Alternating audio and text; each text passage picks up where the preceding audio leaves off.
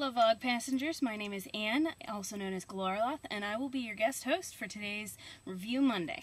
So today I'm going to review Jingo by Terry Pratchett. Terry Pratchett is one of my favorite authors, so obviously I could talk about him all day, but I'm going to try and make this review short so that we don't run over time. One of the things I really like about what Terry Pratchett does is that you can start with pretty much any one of his books and be okay.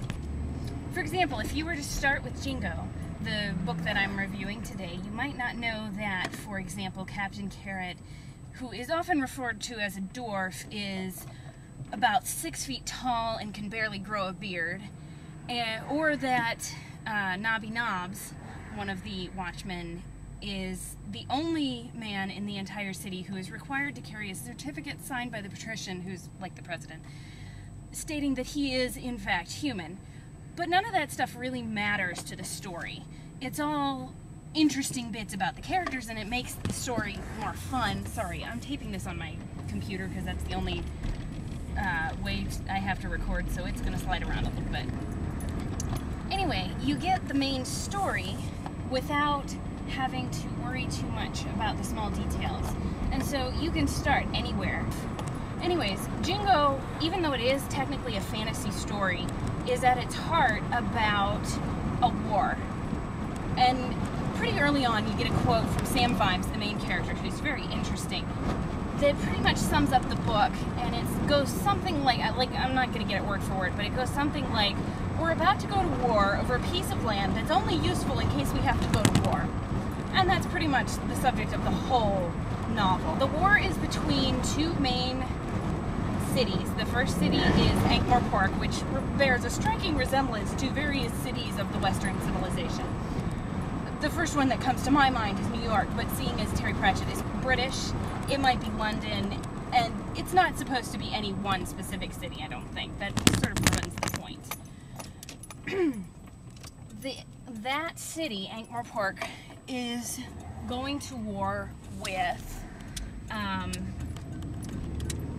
the country of Klatch and the city Al-Khali, which also bears a striking resemblance to something, but this time to various stereotypes of Middle Eastern countries.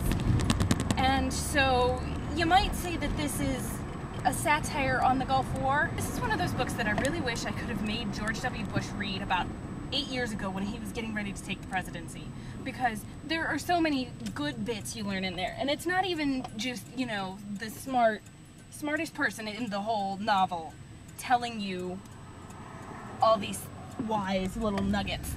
It's the stupid conversations. I mean, the two of the stupidest characters in the whole novel have the most meaningful conversations in the whole thing. And he never comes right out and says his point. He says all kinds of things around the point, and he points out all kinds of discrepancies.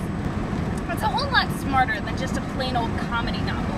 It's a satire, and even more than that, it's a satire of stereotypes. Terry Pratchett is the master at writing stereotypes in a way that's so funny and so meaningful, because he writes these stereotypes so well, he can use them to show things that about ourselves.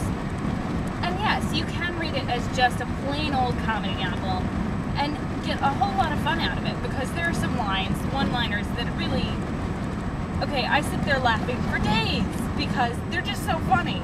But at the same time, it's smart, it's witty, it's meaningful, and really, it's my favorite of his books.